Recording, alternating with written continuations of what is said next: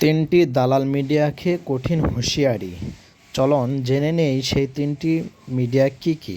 প্রিয় মিডিয়ার ভাইয়েরা, অত্যন্ত পরিতাপের বিষয়, এই জুলাইয়ের পরেও এই মিডিয়ার ভাইয়েরা দালালি বন্ধ করে নাই। সময় টেলিভিশন, ৭১ টেলিভিশন, ডিবিসি আবার দালালি শুরু করে দিয়েছে। আল্লাহ সাক্ষী, আমি সাক্ষী, আমি দেখেছি এজেন্সি যেই রিপোর্ট লিখে দেয়, ডিবিসি ৭১, সময় টিভি সেই রিপোর্ট তারা পাবলিশ করে।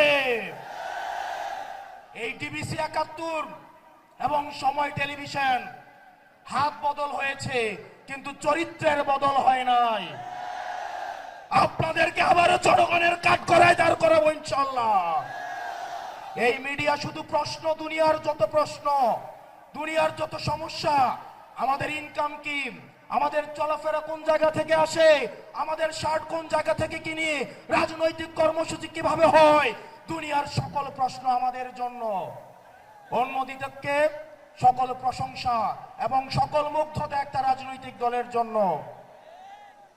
এর পরবর্তী বিপ্লব হবে এই মিডিয়া এবং প্রশাসনের বিরুদ্ধে বিপ্লব।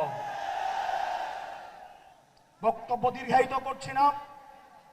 মিডিয়া এবং প্রশাসন বাংলাদেশকে সুখী, সমৃদ্ধ এবং উন্নতি করতে হলে আপনাদের প্রয়োজন রয়েছে। আমরা আপনাদের শত্রু না, আমরা চাই আপনাদের দায়বদ্ধতা, আপনাদের জবাবদিহিতা হচ্ছে জনগণের মুখী। আপনারা কোনো দলমুখী না হয়ে আপনারা জনগণমুখী হন, জনগণ আপনাদের নিরাপত্তা দিবে ইনশাআল্লাহ। আপনারা সবাই হাসনাত আবদুল্লাহর কথাগুলো শুনলেন। তেনার কথাগুলো ঠিক আছে কিনা অবশ্যই আপনাদের মতামত জানাবেন ইনশাআল্লাহ।